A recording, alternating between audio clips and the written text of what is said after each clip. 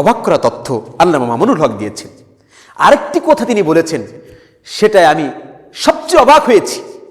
মামুনুল হক বলেছেন, বেগম খালেদা জিয়া বলেছেন যে আমরা ইসলাম প্রতিষ্ঠার রাজনীতি করি না, কিন্তু প্রিয় ভাইরা, সবচেয়ে বেশি অবাক করেছে আমাকে যে বিপরীত রাজনীতি ছাত্র শিবির সম্পর্কে তিনি যে মন্তব্য করেছেন। জীবন্ত শহীদ বলা হয় যাকে, দিলাওয়ার হোসেন ভাইকে, তিনি ছাত্র শিবিরের কেন্দ্রীয় সভাপতি ছিলেন। তিনি একটা পোস্ট করেছে যে আমি খালেদা জিয়ার কাছে চিরঋণী, কৃতজ্ঞ। কেন? যখন ফ্যাসিস্ট শেখ হাসিনা সরকার তাকে অ্যারেস্ট করে রিমান্ডে রেখেছিল, 3 মাস রিমান্ড দিয়েছিল, সেই রিমান্ডের ভয়াবহতা ছিল কঠিন ভয়াবহতা। তার জানাজার নামাজের ইমামতি কে করেছে? ইমামতি করেছে বাংলাদেশের মধ্যে শুধু নয়, গোটা পৃথিবীর অন্যতম একজন মুহাদ্দিস আল্লামা মুফতি আব্দুল মালিক রহমাতুল্লাহ আলাইহি, যিনি বাইতুল মোকাররম মসজিদের খতিব, তিনি তার জানাজার নামাজের ইমামতি করেছেন। এরকম ভাগ্য কয়জনের জোটে ভাই? প্রিয় ভাইরা আমার, তিনি এমন জীবন গঠন করেছেন যে যুগশ্রেষ্ঠ পৃথিবী বিখ্যাত আলেম তার জানাজার নামাজ পড়িয়েছে। প্রিয় ভাইরা, পৃথিবী বিখ্যাত দ্বীনের দায়ী মিজানুর রহমান আজহারী তার খাটিয়া ধরেছে আর বলেছে, যার ভিতর ছিল দেশপ্রেম, যিনি মাজলুমদের পক্ষে দাঁড়িয়েছেন, আলেমদের পক্ষে যিনি কথা বলেছেন, তার খাটিয়া তো আমি ধরব। রব্বুল আলামিনের দরবারে লাখো কোটি শুকরিয়া, যিনি আমাকে, আপনাকে, আপনাদেরকে আজকে বিশেষ একটি দোয়া অনুষ্ঠানে হাজির হওয়ার তৌফিক দান করেছেন। বেগম খালেদা জিয়া মৃত্যুবরণ করেছেন, আজকেই তার দাফন হয়ে গেছে। ইন্না লিল্লাহি ওয়া ইন্না ইলাইহি রাজিউন। তার দোয়া অনুষ্ঠানে আমরা যারা উপস্থিত হতে পেরেছি, আল্লাহ তাআলা শুকরিয়া আদায় করছি, বলি আলহামদুলিল্লাহ। নবীজির প্রতি দুরুদ এবং সালাম সাল্লাল্লাহু আলাইহি ওয়াসাল্লাম। প্রিয় উপস্থিতি, বেগম খালেদা জিয়ার এই বিশেষ দোয়ার পূর্বেই আমরা তার জীবন বৃত্তান্ত নিয়ে খুব সংক্ষিপ্ত পরিসরে, খুব অল্প সময়, একটু ধৈর্য ধরে কি আপনারা বসতে পারবেন, শুনতে পারবেন? ধৈর্য ধরে খুব অল্প সময়ে আমরা তার জীবন বৃত্তান্ত নিয়ে 2-4টি কথা বলে আমরা দোয়া মুনাজাতের মাধ্যমে বিদায় নিব। প্রিয় ভাইরা, আমরা এমন একজন ব্যক্তিকে আজকে দাফন করেছি, এমন একজন ব্যক্তিকে আমরা হারিয়েছি যার ব্যাপারে বলা হয় আপসীন নেত্রী। কেন আপসীন নেত্রী? কারণ তিনি কখনো অন্যায়ের ব্যাপারে তিনি আপোষ করেননি, সব সময় তিনি ছিলেন আপসী। অনেক সময় বিভিন্নভাবে অনেকেই ম্যানেজ হয়ে গেছে, কিন্তু বেগম খালেদা জিয়াকে কেউ ম্যানেজ করতে পারেনি। তিনি সব সময় ন্যায়ের পক্ষে দাঁড়িয়েছিলেন, এই জন্য তাকে বলা হয় আপসীন। দেশের ব্যাপারে তিনি একটুও ছাড় দেননি। প্রিয় ভাইরা, তিনি কেমন আপসীন ছিলেন? তিনি সব সময় আলেমদের পক্ষে লড়ে গেছেন, তিনি সব সময় মাজলুমদের পক্ষে কথা বলে গেছেন। তার কণ্ঠ সব সময় মাজলুমদের পক্ষে, তার কণ্ঠ উচ্চারিত হয়েছে জুলুমের বিরুদ্ধে, তার কণ্ঠ উচ্চারিত হয়েছে দেশের পক্ষে। কি সাবলীল কণ্ঠে, কি চমৎকার বাসন ভঙ্গিতে, সুন্দর ভঙ্গিময়, ভদ্রভাবে তার কথা, বক্তৃতা তিনি উপস্থাপন করতেন। প্রিয় ভাইরা, আমাকে সবচেয়ে অবাক করেছে, আমি যতগুলো ভিডিও আমি শুনেছি, দেখেছি, একটু ভিডিওতে আমি পাইনি যে তিনি ইসলামের বিপক্ষে কথা বলেছেন, ইসলামের বিপরীত কথা বলেছেন। এমন একটু ভিডিও আমার নজরে আসেনি। প্রিয় ভাইরা, এখন আপনাদের এসেছে কিনা আমি জানি না। আমি তার জীবন বৃত্তান্ত যতটুকু পড়েছি, তিনি ইসলামের বিরুদ্ধে কোনো বক্তব্য দেননি, কোনো লেখাও তার ব্যাপারে আমি পাইনি। সবচেয়ে আমি অবাক হয়েছি, আল্লামা মামুনুল হক একটা বক্তব্য দিয়েছে, আমি সেটা শুনেছি। তিনি বলেছেন, বেগম খালেদা জিয়া অসুস্থ হলে তিনি দেখতে গিয়েছিলেন। তিনি বলেন, আমি তার সাথে একান্ত 30 মিনিট কথা বলার সুযোগ হয়েছে।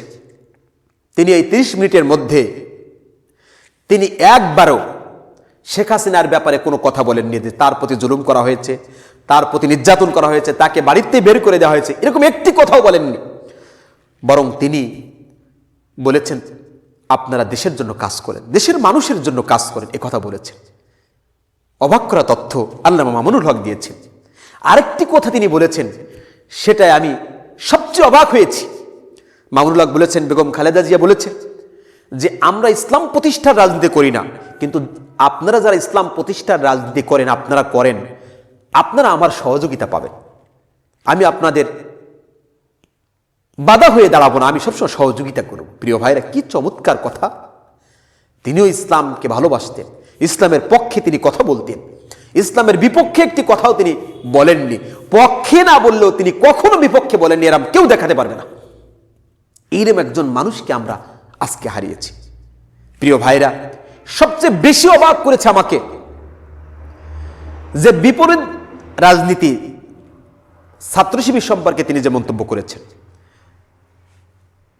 জীবন্ত শহীদ বলা হয় যাকে, দিলওয়ার হোসেন ভাইকে, তিনি ছাত্র শিবিরের কেন্দ্রীয় সভাপতি ছিলেন। তিনি একটা পোস্ট করেছে যে আমি খালেদা জিয়ার কাছে চিরঋণী, কৃতজ্ঞ। কেন? যখন ফ্যাসিস্ট শেখ হাসিনা সরকার তাকে অ্যারেস্ট করে রিমান্ডে রেখেছিল, 3 মাস রিমান্ড দিয়েছিল, সেই রিমান্ডের ভয়াবহতা ছিল কঠিন ভয়াবহতা। আমি দেখেছি দিলওয়ার ভাইকে যখন আদালতে হাজির করেছে, তখন পুলিশরা তাকে কোলে তুলে নিয়ে যাচ্ছে, মনে হচ্ছে একটা বাচ্চাকে কোলে নিয়ে যাচ্ছে। এই মাজা থেকে পায়ের গ্রা পর্যন্ত, পায়ের পাতা পর্যন্ত রড পোড়ানো ছিল। প্রিয় ভাইরা, এই মানুষটার পক্ষে, এই মাজলুমের পক্ষে বেগম জিয়া তিনি মাজলুমের পক্ষে দাঁড়িয়েছিলেন। তিনি সে সময় ফ্যাসিস্টের এই নির্যাতনের ব্যাপারে তিনি তার কণ্ঠ, সংগ্রামী কণ্ঠ, প্রতিবাদী কণ্ঠ তিনি উচ্চারিত করেছিলেন। এই মাজলুমের পক্ষে তিনি কথা বলেছিলেন। প্রিয় ভাইরা, মতিউর রহমান নিজামী, আল্লামা দেলোয়ার হোসেন সাঈদী, আলী হাসান মুজাহিদের ব্যাপারেও তিনি কথা বলেছেন, তাদেরকে ভালোবেসেছেন। যখন ফ্যাসিস্ট তাদেরকে ফাঁসি দিয়েছিল, সে সময়ও তিনি তাদের পক্ষে বক্তব্য দিয়েছেন, সংগ্রামী কণ্ঠ উচ্চারিত করেছেন। সেই ভিডিও সোশ্যাল মিডিয়ায় ভেসে বেড়াচ্ছে, আপনারা দেখেছেন। প্রিয় ভাইরা, এরকম একজন ব্যক্তিকে আমরা হারিয়েছি। আমি তো পাচ্ছি না ইসলামের বিপক্ষে তিনি কোনো কথা বলেছেন, এরকম কোনো ভিডিও আমার সামনে আসেনি। এই জন্য বলা হয় তাকে আপোষহীন নেত্রী। তিনি কখনো আপোষ করেননি। অবাক হবেন, তাকে ফ্যাসিস্ট যখন গ্রেপ্তার করেছিল, তাকে প্রস্তাব দিয়েছিল বাইরে চলে যাওয়ার জন্য, তিনি বাইরে যাননি। তার বাড়িটা পর্যন্ত ছিনিয়ে নিয়েছিল। তিনি একটি কথা বলেছিলেন, এই দেশেই আমার জন্ম, এই দেশকে আমি ভালোবাসি, এই দেশের মাটিকে আমি ভালোবাসি, দেশের মানুষকে আমি ভালোবাসি, এই দেশেই আমি থাকতে চাই, এই দেশে আমি মরতে চাই। আলহামদুলিল্লাহ, তিনি এই দেশেই মরেছেন। প্রিয় ভাইরা, এরকম একজন ব্যক্তিকে আমরা হারিয়েছি, যার ভিতর ছিল পূর্ণ দেশপ্রেম। এজন্য তাকে বলা হয় দেশ নেত্রী। তিনি দেশকে ভালোবেসেছেন।